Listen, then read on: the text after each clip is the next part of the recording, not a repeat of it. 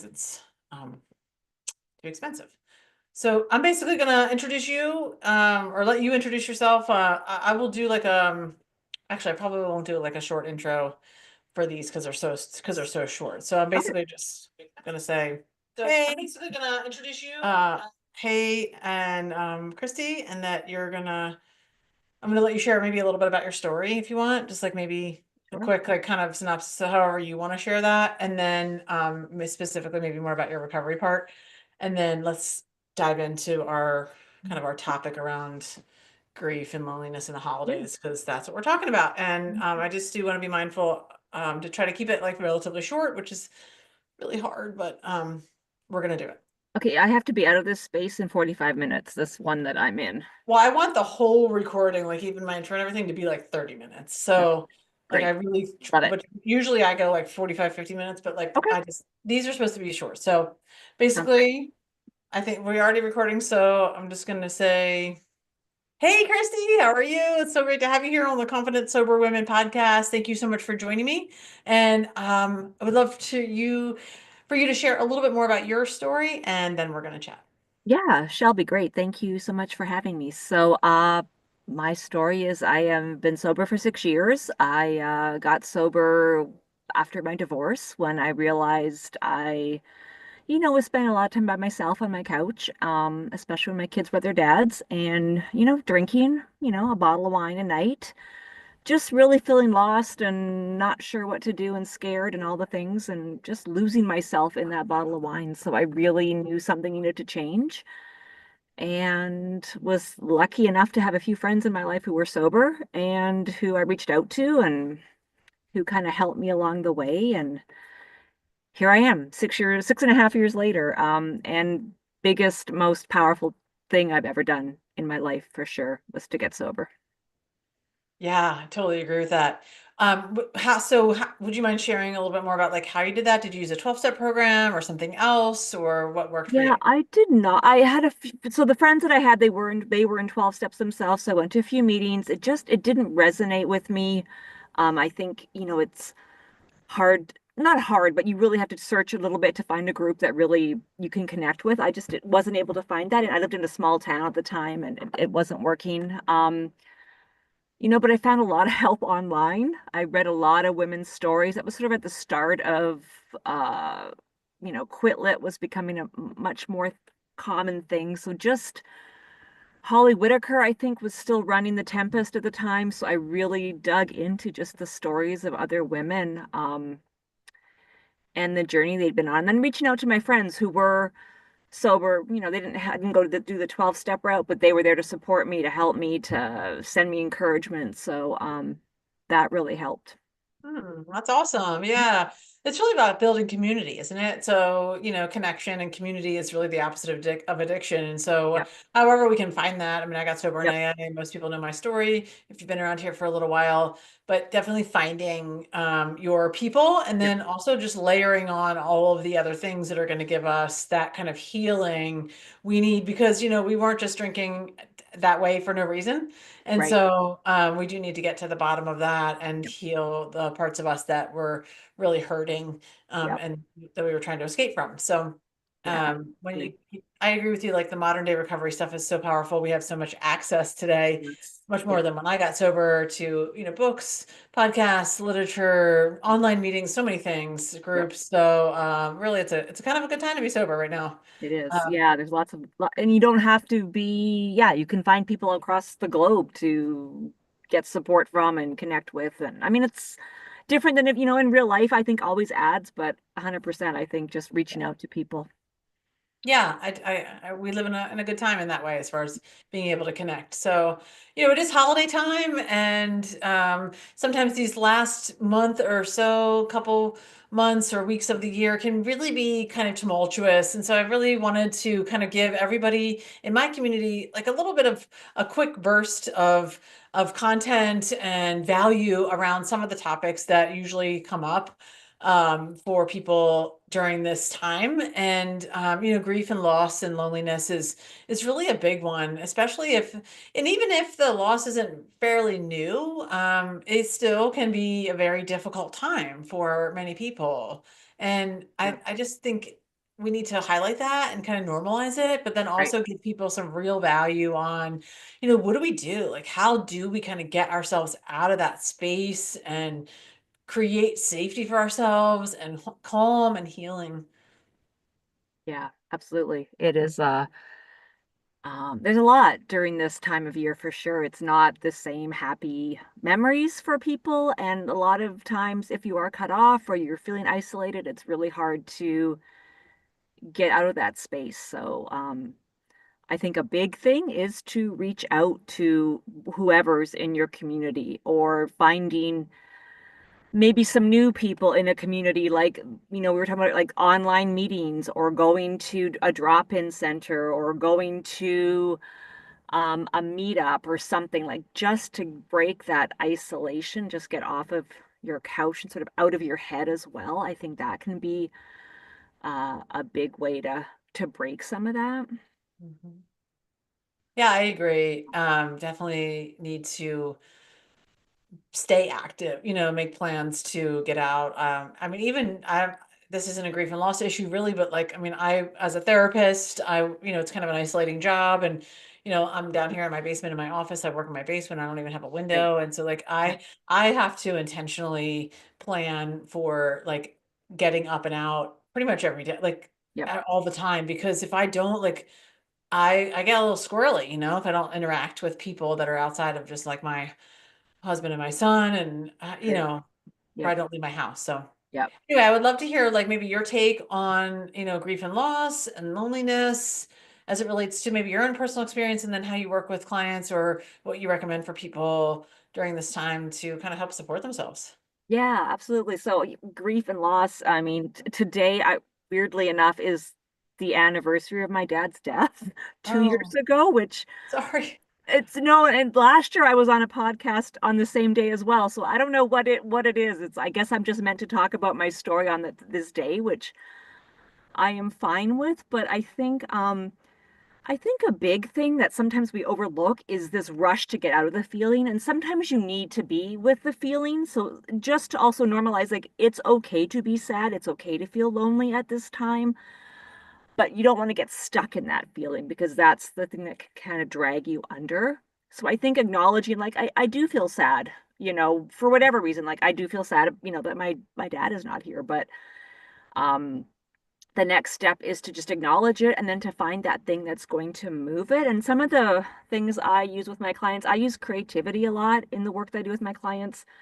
And I know that can be a big scary word sometimes because it brings up a lot of things, but I think just even writing down what you're feeling, like I am sad. This is why I'm sad. Like it doesn't have to be any fancy writing. It can just be bullet points, but just to get it out of your head and onto something concrete can be a huge step to really also because sometimes it's not what you think it is when it's in your head. It's taken on a story of its own. And if you get on a piece of paper, um, you can see like, oh, now I understand what the thing is that's really behind my feeling lonely or my feeling sad. So I think that can be a big piece um, to help figure out what it is. Also, I think movement is huge to get, that it's all about moving that emotion and that stuff through your body, especially when it comes to grief. So, getting out of your house, even if it's just like walking around the block, sitting on your front step with a cup of coffee or a cup of tea, like just to feel like the sunshine, even if it's really cold out, like just to start to sort of feel some of your other senses and bring that into the healing process as well. Mhm. Um, those are the creativity and the movement are probably my two biggest go-tos, and then those are what I work with my clients with as well. That's awesome. I love what you said about sort of normalizing the feelings. I Yeah. totally agree with that. And I spend a lot of time with my clients in practice on that too, because sometimes, especially on this topic, but really with any feelings, sometimes other people in our lives, and maybe you experience this, don't really understand our level of emotionality, and or more than not, I think they don't know how to help or what to do. And Yeah. so then they have a tendency to get like really uncomfortable with your expression of sadness or grief or wanting to talk about stuff. And so people want to like dismiss that, right? They want to kind of get away. And so they'll be like, "Oh, you're still doing that? It's been like 2 years, Yeah. or why are you still upset about that breakup?" Like, like I feel like a lot of times that happens because they're uncomfortable with it and they don't also really know what to do. And so in effort, they just try to get away from it. Yeah, I think there's that whole thing where like they maybe want to try to fix it, but they there is sometimes there is no fix for grief, right? Like Yeah, it's a thing, it pops up at weird times. right. I talk a lot about finding an A team to support you. Mm, So that's like having one or two people who they'll let you talk their ear off about whatever it is. Like I think that's, that whole thing that not everybody deserves to hear our story. So right. finding those one or two people that are there for you, that will get it, that will, come over, have a cup of coffee, or be on the phone with you while you cry. Like those are the people that, and I know not everybody has those in their life. So sometimes that's where going to a support group or finding a meeting or something where you can just let stuff go without that kind of judgment. Yeah. That people just, and sometimes they don't even know they're carrying it around. It's in our culture, it's supposed to just be like quick and fast. And, so why are you still sad about that thing that happened 2 years ago or 3 years Mhm. ago? And that's not how grief works. So, yeah. No, it's not. And just to reiterate for everybody listening, just it's okay to have whatever those feelings are that are coming up, whether it's sadness, it could be anger, you could be like Yes. pissed Yep. off at this situation, or there could be frustration or confusion or just a lot of unanswered questions. And I think that just acknowledging those things when they come up and noticing them, like, Yep. oh gosh, and like paying attention to your body too as you're feeling that, like, oh, I can feel a little bit of that tightness in my chest, or my stomach is a little bit upset. And I really can feel the sadness. And just being able to say that to yourself, and like you've mentioned, kind of jot it down, really does acknowledge to yourself, like you're being a good friend to yourself in that. And Yep. kind of giving yourself what you need. Because I mean, although yes, we can get a lot of things from other people, very often also we get a lot of disappointment. And so where you can learn to do it for yourself would be good. So just be graceful, Yep. and just remind yourself that yes, this kind of situation is the time it takes, and everybody's Yep. time it takes is could be a lifetime, it could be Yeah. weeks, months, years. I don't know. It's Yep. your journey, and it's okay. Now, if it's getting really complicated or it's affecting the right areas of your life that you're not able to, go to work or manage your children or whatever, then you might need a little bit of outside help with that because complicated grief is a real thing. But, in general, for most people, yeah, it's going to come and it's going to have the ebb and flows, and then different anniversaries and holiday times are going to bring things up. Yep. So I'd love for you to share a little bit more about the creativity piece and the movement. Like how you use that specific to grief and loss and loneliness. Yeah, I see. So the creativity piece, a big piece of that is just yeah, learning to sit with yourself, and I think especially when you have that history of using a substance to numb, you don't know how to sit with yourself because your go-to has been like, I just have to numb this feeling. So sitting with I do a very deconstructed form of creativity where it's so accessible. It's just putting paint on a page, and I use an expired credit card or gift card to smear it around. Oh, And it's just that process of getting your hands messy and getting your touching the paper. Like that's how what we're really wired for as humans is we're not wired to scroll on a screen. You know what I mean? Like that is not doing anything for our mind body connection. So just getting your hands messy. So I use painting, but I think that creativity can be, messing around in a garden.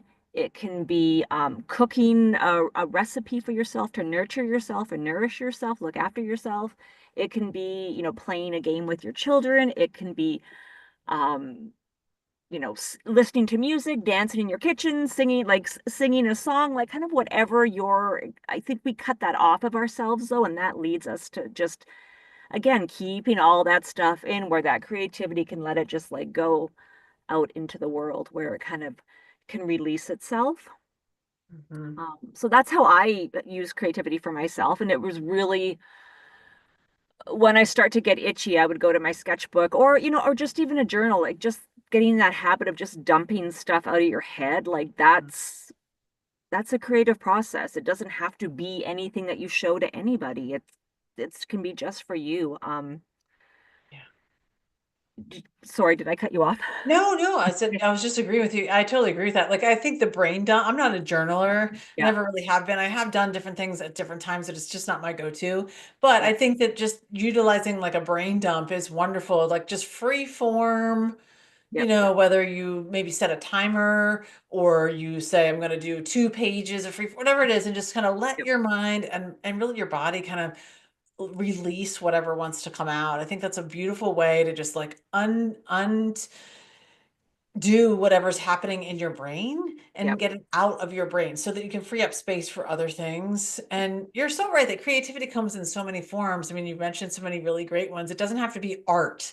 right. I mean, I think that's the first thing that Yep, we think of when we hear the word creativity. I know I do, yep, but it's so many other things. I mean, yes, like cooking can be really very creative and very artistic, frankly. But you can utilize that where it's almost a form, it's a very much a form of self-care too, when you're like feeding yourself properly and nourishing your body and you're using like an aesthetically pleasing experience where you have beautiful colors and foods. You can use, adult coloring books and things that are already yep, prepared for you. It yep, doesn't have to be absolutely. like, oh, I have to come up with my own painting. Yep, And I love your just dump the paint on and kind of smear it around. Like that's just really cool. There is something kind of reptilian almost like caveman like of kind of being dirty and true. back to our roots Yep, and that's a historical connection I think to yep, just some of those parts of us that are less evolved. yes, So definitely absolutely. a great way to soothe yourself when Yep. you're having times of the just deep sadness or stress. Yep. Yeah. So like it can be just, rating your kids. If you have kids, you're with their craft bin and getting them some crayons and Yes. just scribble. Like that's how like pounding on an iPad doesn't get that same feel. Like you talked about anger earlier. Like, really like getting a red crayon and just scratching all over a piece of Yes. paper is much more cathartic than like punching on an iPad or something, right? Mhm. Like it's not that same sort of release. Yeah. So I think that that can be a way just to discharge some of that stuff you're carrying around. Yeah, I totally agree with that. Yeah. And one of the things that I think is also really important, it's also kind of goes along with everything we've already been talking about, but really just learning and training yourself to speak your own truth out loud, Mm. right? Yep. So instead of when people are saying, hey, how you doing? Or Right. and you don't just say I'm fine. I mean, now sometimes that's appropriate, right? And Right. like with the regular passerby, but like with more people than maybe even just like your core one or two, like really try to open up and say, like today's been a hard day Yep. or I'm Yep. feeling a little bit overwhelmed. You don't have to go into all of the dirty details of like your story in order for you to share that you're not your best self. Do you know what I Yep. mean? No, I think that's a great point because I think we can sometimes tell ourselves stories, like, oh, nobody cares about me, everybody's tired of me, like because we haven't like made that connection with someone. So I think when you are like, this is just how I'm feeling, like that's all it is. It's just how you're feeling. You're not putting anything else on it. I think that's really important too. And then I think it allows space for maybe the other person to also, hey, like, hey, I'm not doing that great either, or whatever. I think it just starts to normalize, like, I Yeah. don't have to have a smile on my face 24/7. I am Right. allowed to feel, especially when heavy things have happened in your life, like, you are allowed to be with those feelings in a way that makes sense to you.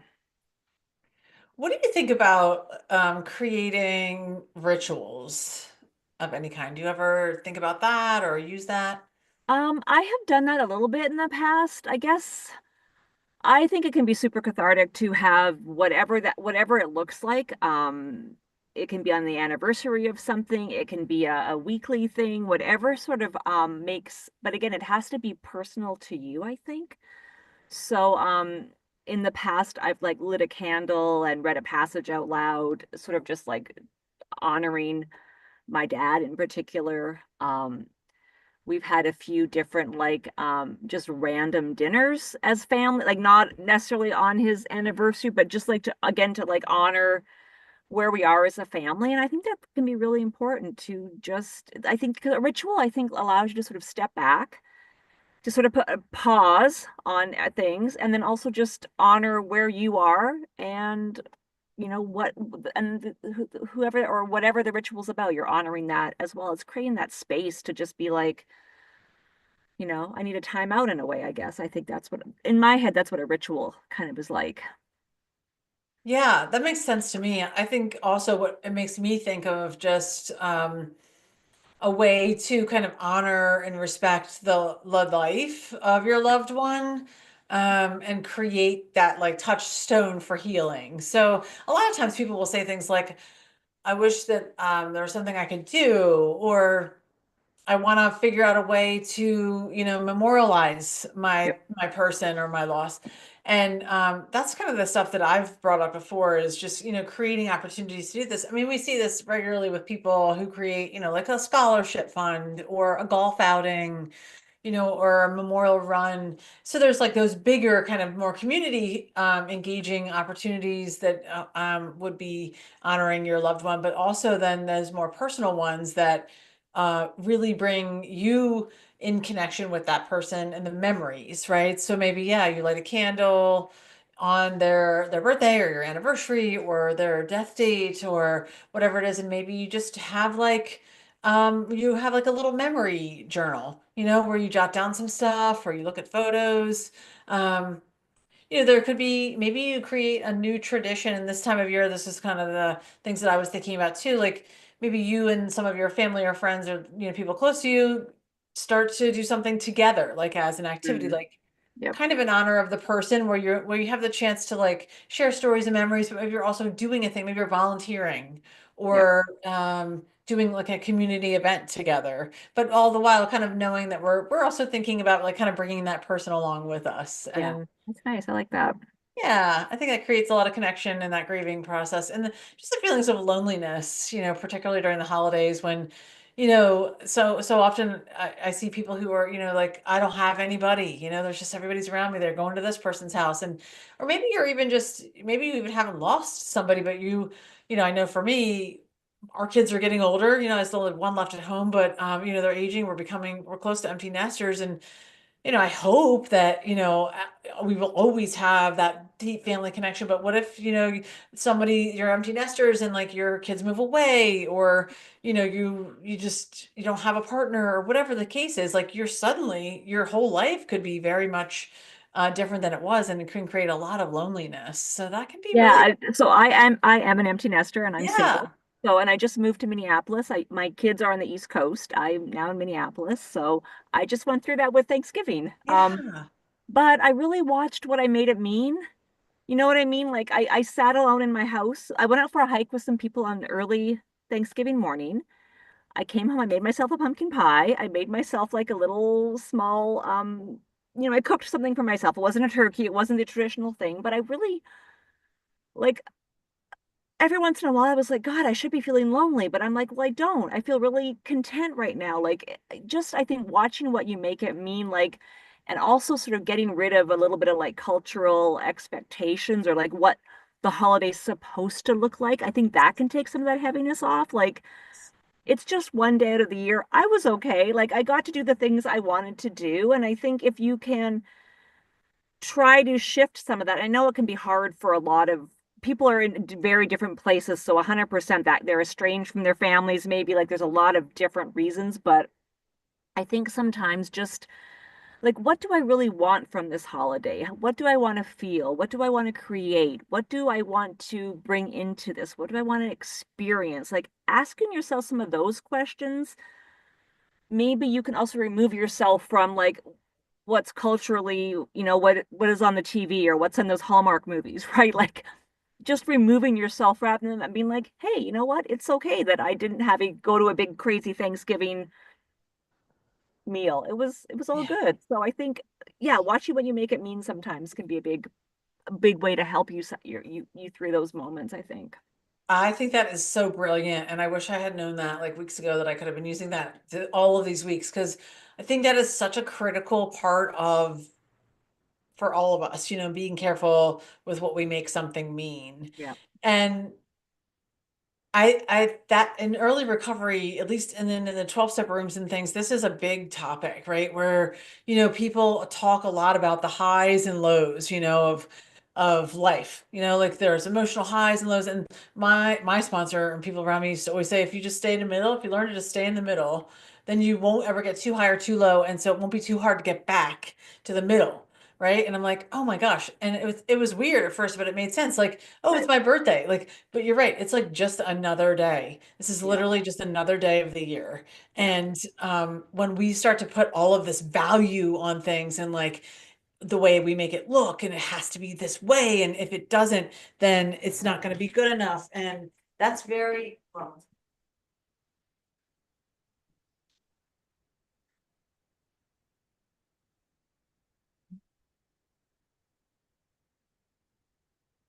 my computer is telling me that it's going to run out of batteries, and I don't understand why, because Okay. it's plugged in. Um, Uh, okay, well, anyway, I think that's a really important yeah. point. Well, I think And especially women, because so much of the burden of creating the perfect holiday is placed on women. mhm, And I think that that can mess with our heads too. Like, mhm. oh no, it's not perfect. Oh, I didn't do this. What about this? Like, I think sometimes we just take a step back and be like, no, what do we want to carry away from this Yes, week, this month, whatever it is, this day? Like, what are yes, the things that we really want to carry with us? And I think that can just help you narrow, get rid of all that extra fluff that nobody needs, and just get to the real point of what the holiday is or what you want to walk away with it from or who you want to connect with. yeah, I totally agree with that. I love that. Be careful what we make it mean. Yeah. And also, like, you get to make it mean what Yeah. you want. Like, just because it's not the way it was when you were growing up or the Right. way you thought it would be, like, you get to make it the way you want it to mean. And Yeah. that's something I think we forget, that we have power in that. Yeah, So, especially I think when you're sober and in maybe in situations that you don't want to be in, like you are the boss. You can remove yourself from that situation. You yep. can make it a completely different experience. You can, you are watching those things that you can control, right? And remembering that you can control yourself. Well, Christy, this has been such a fabulous conversation. I know my audience is going to really appreciate it, and I really appreciate your time and talent. Thank you so much for being here. Where do you like people to get a hold of you if they want to? Easiest they can go to my website, purpledogsober.com or Instagram, at purpledogsober. Okay, I'll make sure I link those in the show notes below. And thank you again. And I hope you have a very, very Merry Christmas, Thank whatever you. you're doing, and at our paths cross again soon. Thank you. Thanks a lot, Shelby. It was really great. Okay. Okay. Stop recording.